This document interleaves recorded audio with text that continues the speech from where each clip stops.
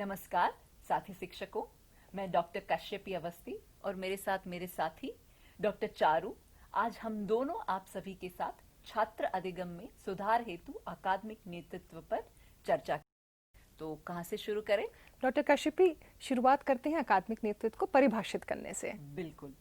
अकादमिक नेतृत्व से तात्पर्य विद्यालय प्रमुख के उस ज्ञान, कौशल एवं अभिवृत्ति से है जो कि वह अपने विद्यालय की शिक्षण अधिगम प्रक्रियाओं में छात्र अधिगम की वृद्धि के लक्ष्य को ध्यान में रखते हुए सकारात्मक बदलाव लाता है। दूसरा, साथ ही वो अकादमिक नेतृत्वकर्ता शिक्षकों की और उनकी व्यावसायिक कौशलता को बढ़ाने में भी मदद करता है, जिससे कि संदर्भ आधारित शिक्षण अधिगम वातावरण सृजित हो। एक अकादमिक नेतृत्वकर्ता की भूमिका में विद्यालय प्रमुख को अडिग विश्वास होता है कि हर बच्चा सीख सकता है एवं बेहतर निष्पादन के योग्य है। वह यह भी विश्वास रखता है कि शिक्षक अपनी शिक्षण, अभ्यास, ज्ञान और कौशल में अभिवृद्धि भी कर सकते हैं। एक कुशल अकादमिक नेतृत्वकर्ता विद्यालय में हो रहे शिक्षण अभ्यास एवं शिक्षण अधिगम प्रक्रिया का सहयोगात्मक निरीक्षण भी करता है। हम सभी जानते हैं कि प्राथमिक और उच्च प्राथमिक विद्यालयों में विद्यालय प्रमुख शिक्षण कार्यों में भी स्वयं संलग्न होते हैं। ऐसे में वे अध्यापक और विद्यालय प्रमुख दोनों की भूमिका निभाते हैं। यह एक सुअवसर भी है क्योंकि इस प्रकार विद्यालय प्रमुख एक शिक्षक की भूमिका को तथा शिक्षण संबंधी चुनौतियों को भी बेहतर ढंग से समझ सकते हैं। इस दोहरी भूमिका में रहते हुए एक विद्यालय प्रमुख छात्रों की विविध पृष्ठभूमि और अलग अलग अधिगम संबंधी आवश्यकताओं को भी समझ पाते हैं। डॉक्टर चारू, आप भी अपनी राय बताएं, छात्र अधिगम को ये अभिवृद्धि के लिए और क्या-क्या किया जा सकता है एक अकादमिक नेतृत्वकर्ता के रूप में? जी, मैं आपसे सहमत हूं डॉक्टर कश्यपी।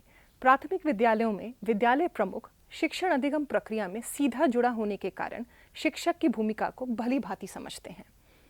कक्षा में अध्यापक एक नेतृत्वकर्ता की भूमिका में होता है, जहां वे ये तय करते हैं कि किन अभ्यासों द्वारा सभी बच्चों की अधिगम संबंधी आवश्यकताएं पूरी हों एवं बच्चों का सर्वांगीण विकास सुनिश्चित हो पाए। वे छात्रों के प्रति उत्तरदायी होते हैं। इसके लिए उन्हें उनके अभिभावकों के सतत संपर्क में भी रहना पड़ सकता है।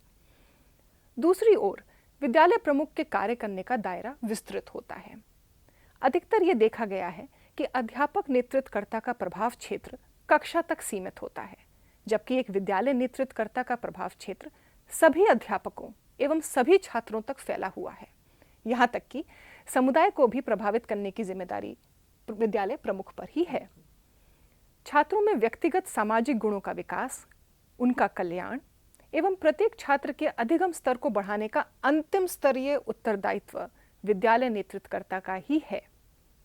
इस प्रकार से अध्यापकों का व्यावसायिक विकास तथा सभी छात्रों के शिक्षण संबंधी परिणामों को सुनिश्चित करना एक अकादमिक नेतृत्वकर्ता की भूमिका होती है। डॉक्टर कश्यपी, मैं आपसे आग्रह करूंगी कि आप हमें बताएं कि अकादमिक नेतृत्वकर्ता की क्या मुख्य भूमिकाएं होती हैं। जरूर। यूं तो विद्यालय नेतृत्वकर्ता के सभी कार्य विद्यालय गुणवत्ता हेतु ही होते हैं, पर मैं मुख्य दो बातों पर अभी जोर देना चाहूंगी। पहला, छात्र अनुकूल अधिगम वातावरण का संचालन। इसमें विद्यालय प्रमुख की यह प्राथमिक जिम्मेदारी है कि वह एक प्रभावशाली अकादमिक नेतृत्वकर्ता के रूप में विद्यालय में सीखने के लिए जीवंत वातावरण तैयार करे, जिसके लिए प्रिंट समृद्ध विद्यालय एवं कक्षा वातावरण और रोचक शिक्षण अधिगम सामग्री का प्रयोग। दूसरा, इसके अतिरिक्त स्वयं के साथ साथ शिक्षकों के सूचना और संचार प्रौद्योगिकी कौशल को विकसित करना, पाठ्य पुस्तकों से परे जाकर बच्चों को प्रकृति और बाहरी दुनिया से जोड़ना, बाल केंद्रित शिक्षण प्रक्रिया तैयार करना, अभिभावकों और समुदाय के साथ संवाद बनाए रखना आदि अनेकों तरीके हो सकते हैं जिससे बच्चों का अधिगम एवं सर्वांगीण विकास हो सके। दूसरा जो महत्वपूर्ण अकादमिक नेतृत्वकर्ता का कार्य है या उनकी जो भूमिका है, वो है अध्यापकों को अकादमिक सहयोग प्रदान करना। अकादमिक नेतृत्वकर्ता की भूमिका केवल भौतिक सुविधाएं उपलब्ध करवाने से सीमित नहीं है, अपितु अध्यापकों को छात्रों की भावनात्मक, संज्ञात्मक और भाषिक विविधता के कारण उत्पन्न होने वाली समस्याओं के संदर्भ में अकादमिक सहयोग प्रदान करना भी है। इसके अलावा बच्चों के अधिगम संबंधी दक्षताओं को सुदृढ़ करने के लिए विद्यालय प्रमुख को अध्यापकों को सहयोग कर अभिभावकों और विद्यालय के बीच की दूरियों को कम करने की भूमिका निभानी भी होती है। इस तरह विभिन्न तरीकों से विद्यालय नेतृत्वकर्ता अध्यापकों को अकादमिक सहयोग प्रदान कर सकता है। आई थिंक मुझे लगता है कि बहुत सारे ऐसे अकादमिक नेतृत्वकर्ता के कार्य हैं। मैंने 2 पर एक प्रकाश डाला है, क्यों ना आप और 2 पर प्रकाश डालें तो हमारे साथी शिक्षकों को एक पूरा भान हो जाएगा कि अकादमिक नेतृत्वकर्ता के नाते वो क्या क्या कर सकते हैं। डॉक्टर कश्यपी, आपने 2 बहुत ही महत्वपूर्ण भूमिकाओं के बारे में बताया। तीसरी भूमिका लेते हैं अध्यापकों का प्रशिक्षण यानी कि कोचिंग एवं सलाह, मेंटरिंग। अध्यापकों का प्रशिक्षण एवं सलाह ये दोनों ही अकादमिक नेतृत्वकर्ता के महत्वपूर्ण विशेषज्ञता लिए हुए कौशल माने जाते हैं। विद्यालय प्रमुख इन दोनों कौशलों का प्रयोग कक्षा में ऑन साइट सहयोग अथवा कक्षा के बाद आपसी संवाद एवं परिचर्चा के दौरान कर सकते हैं।